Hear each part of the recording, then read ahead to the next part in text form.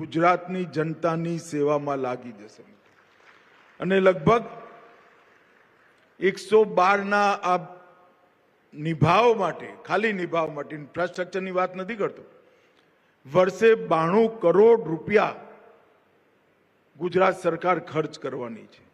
આ વાહનોમાં light bar, public address system, MDT wireless set, એનું લોકેશન ટ્રેકર, દરેક પ્રકારની સુવિધાપૂર્ણ વ્યવસ્થાઓ થઈ છે। પ્રશિક્ષિત કાર્મિકોની પણ વ્યવસ્થા એની અંદર ખૂબ સુંદર રૂપે થઈ છે।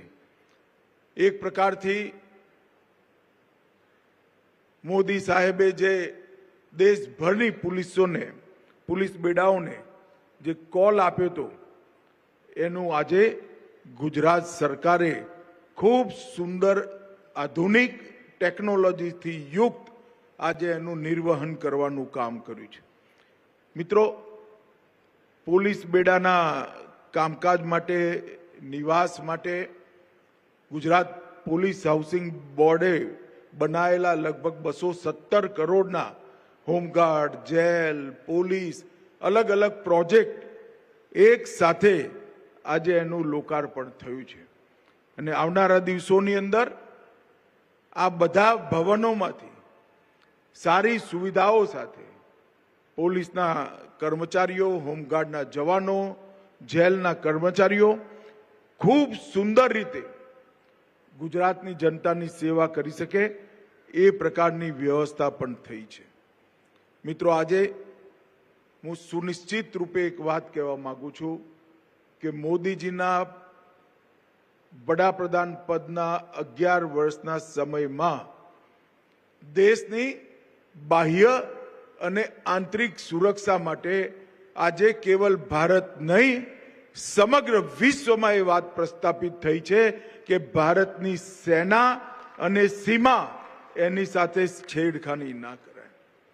એક જમાનો તો કોંગ્રેસના શાસનમાં સમગ્ર દેશની અંદર કઈ જગ્યાઓ પર અનેક વર્ષો સુધી બોમ્બ ધમાકાઓની સિરીઝ ચાલી અને કોઈ રિસ્પોન્સ નહીં કેન્દ્ર સરકારનો। રાજ્ય સરકારો જેને પકડે ને પકડે, ના પકડે તો કઈ નહીં।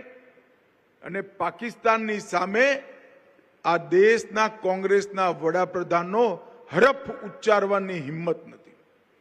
નરેન્દ્રભાઈ વડાપ્રધાન બન્યા પછી ઉરી, પુલવામા અને પહેલગામ 3 મોટા હુમલા કરવાની ભૂલ પાકિસ્તાને કરી અને ત્રણેય વાર પાકિસ્તાનને હંમેશા માટે મજબૂત સબક શીખવાડવાનું કામ નરેન્દ્ર મોદી સરકારે કર્યું। પહેલી વાર સર્જિકલ સ્ટ્રાઇક કરી, બીજી વાર એર સ્ટ્રાઇક કરી અને ના સુધર્યા ત્રીજી વાર પાક ઓક્યુપાઈ કાશ્મીર નહીં, પાકિસ્તાનની સરહદમાં 100 કિલોમીટર અંદર જઈ ઓપરેશન સિંદૂર કરી આતંકવાદીઓના હેડક્વાર્ટરનો ખાત્મો બોલાવવાનું કામ અને દુનિયાભરમાં એક મજબૂત સંદેશ ભારતે મોકલ્યો છે કે ભારત પોતાની આત્મરક્ષાના અધિકારના ઉપયોગ માટે કોઈ પણ સ્તરે જઈ દેશના નાગરિકો અને દેશની સીમાનું રક્ષણ કરવા માટે કટિબદ્ધ છે અને ઓપરેશન સિંદૂરે જેમને આ આતંકી ઘટનાઓની ડિઝાઇન કરી હતી એ આકાઓને ધૂળ ચાટતા કર્યા અને આતંકવાદીઓને ઓપરેશન મહાદેવે જમીનની અંદર મિલાવવાનું કામ કર્યું છે। હું માનું છું કે 11 વર્ષમાં ઝીરો ટોલરન્સ અગેન્સ્ટ ટેરરિઝમ એ થિયરી એક કેવળ સૂત્ર નથી, એને જમીન પર ઉતારવાનું કામ આપણા દેશના વડાપ્રધાન અને ગુજરાતના પનોતા પુત્ર નરેન્દ્રભાઈએ કર્યું છે। મિત્રો, આ દેશની અંદર ચાહે ઉત્તર પૂર્વ હોય, ચાહે નક્સલ પ્રભાવિત ક્ષેત્રો હોય, ચાહે કાશ્મીર હોય, ત્રણેય હોટસ્પોટની અંદર આતંકવાદી અને હથિયારી ગ્રુપોને સબક શીખવાડવાનું કામ ભારતીય જનતા પાર્ટીની નરેન્દ્ર મોદી સરકારે કર્યું.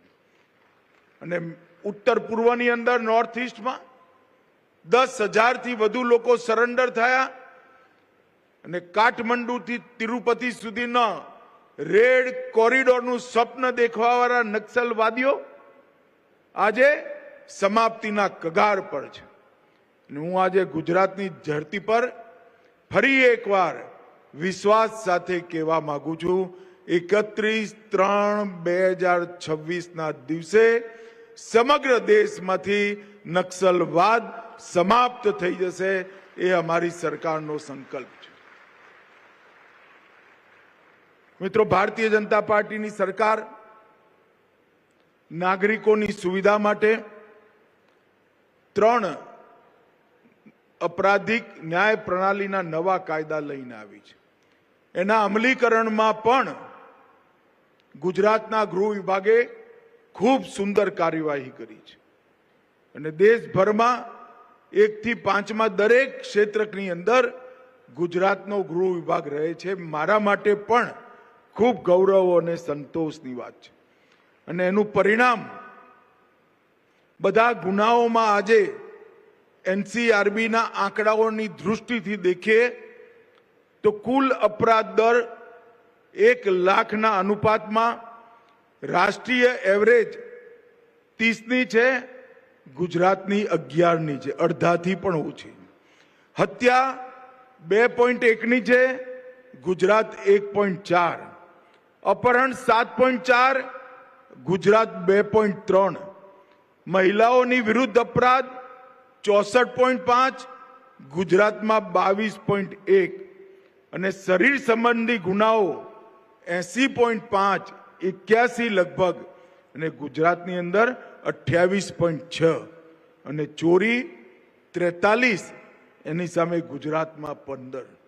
દરેક વસ્તુમાં, દરેક મુખ્ય ક્રાઇમમાં, દરેક હેડમાં ગુજરાત નીચેથી પહેલો નંબર છે. આમાં પહેલો નંબર લાવવાની જરૂર નથી, એમાં નીચેથી પહેલો નંબર લાવવાની જરૂર છે. ગુજરાતની કાયદો અને વ્યવસ્થાની પરિસ્થિતિ ભૂપેન્દ્રભાઈ અને હર્ષ સંઘવીની જોડીએ ખૂબ સુંદર રીતે સંભાળી છે. એના માટે હું હૃદયપૂર્વક બંને મહાનુભાવોને ખૂબ ખૂબ અભિનંદન આપવા માંગુ છું. નરેન્દ્રભાઈએ જે શરૂઆત કરી હતી, તમે બંને લોકોએ આગળ વધારી છે. આજ માણસાના પોલીસ સ્ટેશનને પણ BIS સર્ટિફિકેટ પ્રાપ્ત થયું છે. માણસાની પોલીસ ટીમ, ગાંધીનગર જિલ્લા પોલીસની ટીમ, સૌને હું હૃદયપૂર્વક અભિનંદન આપું છું. અને ગુજરાતની જનતાને પણ આજ 112 લોન્ચ થાય છે. હવે કાલથી કોઈ આડાઅવળા નંબરો દબાવવામાં નહીં પડતા. કંઈ પણ થાય તો 112 દબાવજો. એમ્બ્યુલન્સે આવશે, ફાયર બ્રિગેડે આવશે અને પોલીસની ગાડી પણ આવશે. ફરી એકવાર સૌને ખૂબ ખૂબ શુભેચ્છાઓ. ભારત માતા કી જય.